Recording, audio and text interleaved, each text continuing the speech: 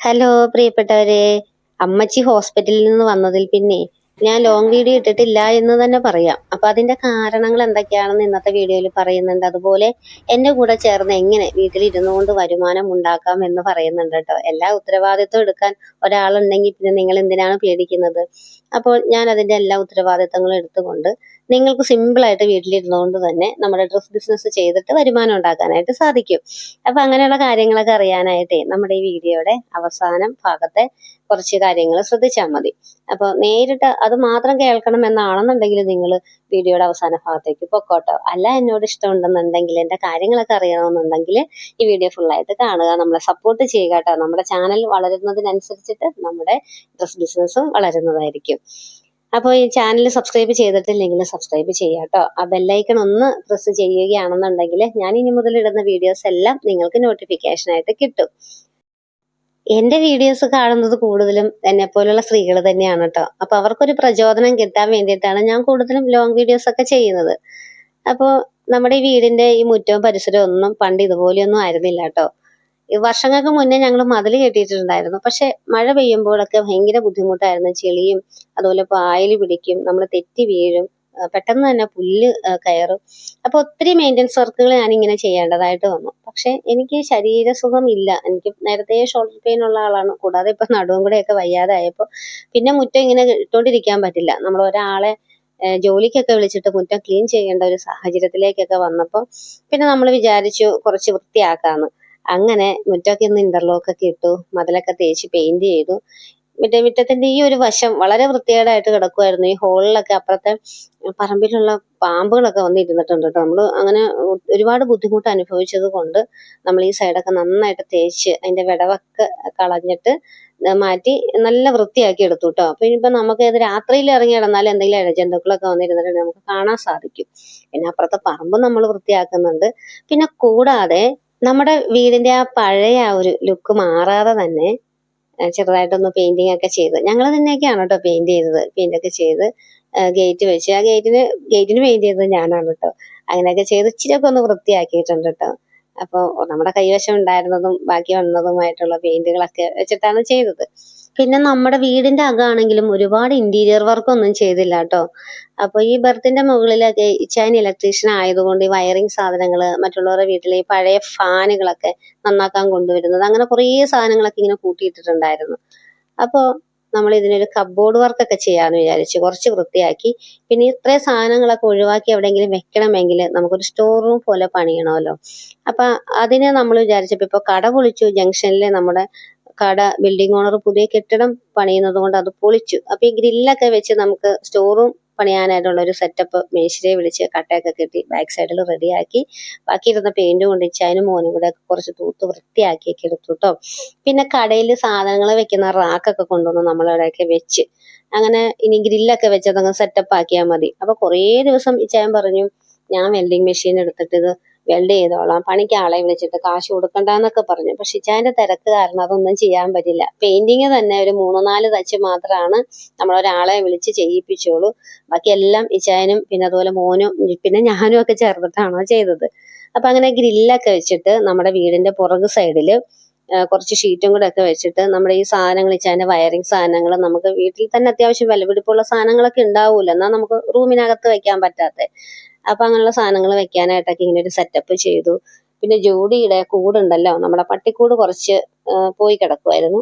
അപ്പൊ അതുമൊക്കെ ഒന്ന് ശരിയാക്കിട്ടോ. പിന്നെ മുറ്റത്തിന്റെ സൈഡിലൊക്കെ നമുക്ക് ഇന്റർലോക്ക് ഇട്ടത് കൊണ്ട് ചെടി വെക്കാൻ സാധിക്കാത്തതുകൊണ്ട് ഞാൻ ചെടിച്ചട്ടിയിലൊക്കെ കുറച്ച് ചെടികളൊക്കെ വെച്ച് വേനൽക്കാലത്താണെങ്കിലും കുറച്ചൊക്കെ ഒന്ന് സെറ്റപ്പ് ആക്കി വെച്ചിട്ടുണ്ട് കേട്ടോ. അപ്പൊ ഇതൊക്കെ എൻ്റെ ഒരു ആഗ്രഹങ്ങളാണ്. അപ്പൊ ഇത്രയും ഞാൻ പറഞ്ഞതിൽ നിന്നുള്ളൊരു മോട്ടിവേഷൻ എന്ന് പറഞ്ഞിട്ടുണ്ടെങ്കിൽ 5-6 വർഷങ്ങൾക്ക് മുന്നേ ഞാനിവിടെ വരുമ്പോഴേ ഈ മുറ്റവും ഈ പരിസരവും ഒന്നും ഇതുപോലെ അല്ലായിരുന്നു. എത്ര പറിച്ചാലും തീരാത്ത പുല്ലും കാടും കാര്യങ്ങളും ഒക്കെ ആയിരുന്നു. അപ്പോൾ എന്റെ തീവ്രമായിട്ടുള്ള ആഗ്രഹത്തിന്റെയും പരിശ്രമത്തിന്റെയും ഫലമായിട്ടാണ് കേട്ടോ ഇപ്പൊ കാണുന്ന മാറ്റം നിങ്ങൾ കണ്ടുകൊണ്ടിരിക്കുന്നത്. രാവിലെ ഇങ്ങോട്ട് ഇറങ്ങിക്കഴിഞ്ഞാൽ മുറ്റത്ത് നിന്ന് താഴോട്ട് നോക്കിയാല് താഴത്തെ പള്ളിയിലെ കുരിശടി കാണാം. മാതാവിന്റെ പള്ളിയാണ് കേട്ടോ. രാവിലെ പ്രാർത്ഥിച്ചിട്ടാണ് ഞാൻ എൻ്റെ ഒരു ദിവസം തുടങ്ങുന്നത്. അതുകൊണ്ട് തന്നെയാണ് കേട്ടോ നമ്മൾ മതിലധികം ഉയർത്തി കെട്ടാത്തത്. അപ്പൊ നമ്മൾ അതിതീവ്രമായിട്ട് ആഗ്രഹിച്ചാൽ എല്ലാ ദിവസവും ഈ ഒരേ കാര്യം തന്നെ സ്വപ്നം കണ്ട് ആ ഒരു നമ്മുടെ ആ ലോകത്ത് നമ്മൾ ജീവിക്കുന്നതായിട്ട് ഫീൽ ചെയ്ത് ആഗ്രഹിച്ചിട്ടുണ്ടെങ്കിൽ ആ ആഗ്രഹം സഫലമാകും, മാനിഫെസ്റ്റേഷൻ യാഥാർത്ഥ്യമാകും. ഞാൻ ആഗ്രഹിച്ചിട്ടുള്ള കൊച്ചു കൊച്ചു കാര്യങ്ങളെല്ലാം എനിക്ക് സാധിച്ചിട്ടുണ്ട് കേട്ടോ. ഞാൻ ഏറ്റവും കൂടുതൽ വന്നിരിക്കുന്നത് അടുക്കളപ്പുറത്ത് ഈ ഒരു ഭാഗത്താണ് കേട്ടോ. ഇവിടെ കിടന്ന പഴയ മേശ നമ്മൾ എടുത്ത് പുറകിൽ ഇതാ അവിടെ ഇട്ടിട്ടുണ്ട്. അപ്പോൾ നല്ല മേശ, അകത്ത് കിടന്നൊരു മേശയൊക്കെ എടുത്തിട്ട് ഇവിടെ കുറച്ച് വൃത്തിയാക്കി നമുക്ക് ആവശ്യമായിട്ടുള്ള ഒരു സ്പേസ് നമ്മുടെ വീട്ടിൽ കണ്ടെത്തി അവിടെ നമുക്കൊരു സ്വസ്ഥതയും സമാധാനമുള്ള ഒരു സാഹചര്യത്തില് ജീവിക്കാനൊക്കെ സാധിക്കാന്ന് പറഞ്ഞിട്ടുണ്ടെങ്കിൽ ഭയങ്കര ഭാഗ്യം തന്നെയാണ് കേട്ടോ. അപ്പൊ ഇങ്ങനെ നമ്മൾ പണിതെടുത്ത ആ ഒരു സ്റ്റോർ റൂം ഉണ്ടല്ലോ, അവിടെ നമ്മളെ വാഷിംഗ് മെഷീൻ വെച്ച് ഞാൻ അതിന് വേണ്ട കണക്ഷൻ സ്വിച്ച് ബോർഡൊക്കെ എനിക്ക് ചെയ്തു തന്നു കേട്ടോ. മുകളിൽ കുറച്ച് ഗ്രില്ലും സാധനങ്ങളൊക്കെ ബാക്കി വന്നത് എടുത്തിട്ടു. കടയിലിരുന്ന റാക്കൊക്കെ സെറ്റ് ചെയ്തിട്ടുണ്ട്. ഇനി ഒരുപാട് പണികളൊക്കെ ഉണ്ട് കേട്ടോ. ഇനി ഒരു അലമാരി ഇതിനകത്ത് കയറാനുണ്ട്, പെയിന്റിങ് ചെയ്യാനുണ്ട്.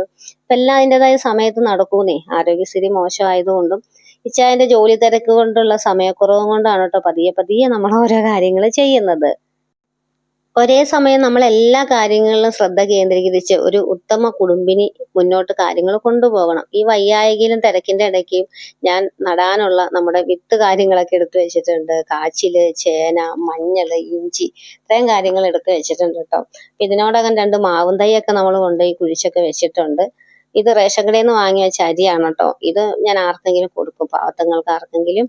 അപ്പൊ അത്യാവശ്യം നമ്മുടെ സാധനങ്ങളൊക്കെ ഇങ്ങനെ വെറുതെ എവിടെയെങ്കിലും കൂട്ടിയിടാതെ ഇങ്ങനെ പഴയ റാക്കൊക്കെ വെച്ച് സെറ്റ് ചെയ്തൊക്കെ വെച്ച്. അപ്പൊ വീടിന്റെ പുറകുവശം എന്ന് പറയുമ്പോഴത് ഇങ്ങനെ ഒരു വ്യൂ ആണ് കേട്ടോ. പുറകു സൈഡല്ല, ആരും കാണത്തില്ലല്ലോ. നമ്മുടെ വീടിന്റെ പുറകിൽ ഒരു റബ്ബർ തോട്ടമൊക്കെയാണ്.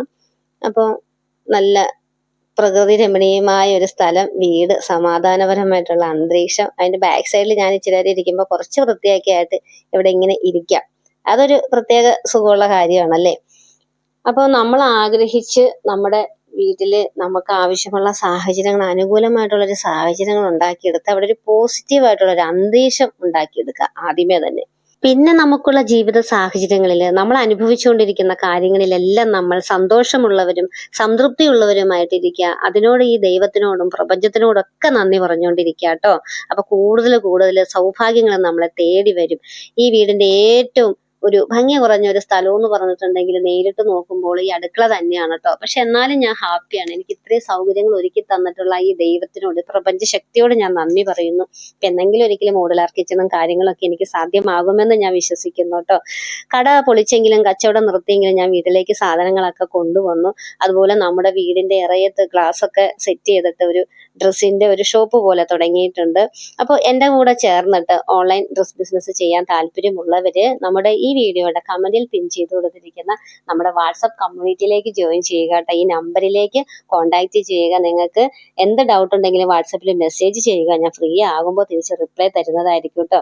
അപ്പൊ വീട്ടിലിരുന്നു കൊണ്ടേ പുറത്തു പോകാൻ സാധിക്കാത്തവരൊന്നും കൊണ്ടും ടെൻഷൻ അടിക്കേണ്ട. കൊച്ചു കുട്ടികളുള്ളവര്, മാതാപിതാക്കളുള്ളവര്, എന്തെങ്കിലും അസുഖങ്ങളുള്ളവർക്കൊന്നും പുറത്തു പോയി ജോലി ചെയ്യാൻ സാധിക്കില്ലല്ലോ. അപ്പൊ എന്നെ പോലെയാണ് നിങ്ങളുമെന്നും കരുതിക്കൊണ്ട് തന്നെയാണ് കേട്ടോ ഞാൻ ഇങ്ങനെ ഒരു സംരംഭം തുടങ്ങുന്നത്. അപ്പോൾ റെഡിമെയ്ഡ് വസ്ത്രങ്ങളുണ്ട്, ജയ്പൂർ കോട്ടൺ ആണ്, അതുപോലെ ജയ്പൂർ കോട്ടൺ മെറ്റീരിയലുകളുണ്ട്. പിന്നെ അതുകൂടാതെ സെറ്റ് സാരികൾ, സെറ്റ് മുണ്ടുകളൊക്കെയാണ് കേട്ടോ ഇപ്പോൾ നമ്മള് റീസെല്ലിങ് ചെയ്യുന്നത്. ഈ വീട്ടിലിരിക്കുന്ന സ്ത്രീകൾക്ക് സ്വന്തമായിട്ട് വരുമാനം ഉണ്ടെങ്കിൽ സന്തോഷം കൂടും. അതായത് നമുക്കിഷ്ടമുള്ള കാര്യങ്ങളെല്ലാം പണം കൊടുത്ത് വാങ്ങുവാനും അങ്ങനെ അത് അനുഭവിക്കാനും, അത് അനുഭവിക്കുമ്പോൾ ഒരു പ്രത്യേകമായിട്ടുള്ള സന്തോഷം അനുഭവിക്കാനൊക്കെ ആയിട്ട് സാധിക്കും. കൂടാതെ നമ്മുടെ ഒരു വയസ്സാവുന്ന കാലത്തേക്ക് കുറച്ചൊക്കെ സേവ് ചെയ്ത് വെക്കുവാനൊക്കെ ആയിട്ട് സാധിക്കും. ഇതുപോലുള്ള ഡ്രസ് ബിസിനസ് ഒക്കെ ചെയ്യുന്നത് ആരും അറിയാതെ ഫോണിലൂടെ ചെയ്യാൻ സാധിക്കുമല്ലോ. അപ്പോൾ അതൊക്കെ ഡീറ്റെയിൽസ് നമ്മൾ ഗ്രൂപ്പിലൂടെ ഷെയർ ചെയ്യാം, നേരിട്ട് മെസ്സേജ് അയക്കാം കേട്ടോ. അതൊക്കെ ചെയ്യാം. അപ്പൊ ചാനൽ സബ്സ്ക്രൈബ് ചെയ്തിട്ടില്ലെങ്കിൽ സബ്സ്ക്രൈബ് ചെയ്ത് വെക്കുക. വീണ്ടും നല്ലൊരു വീഡിയോ ആയിട്ട് വരാം. ടാറ്റാ.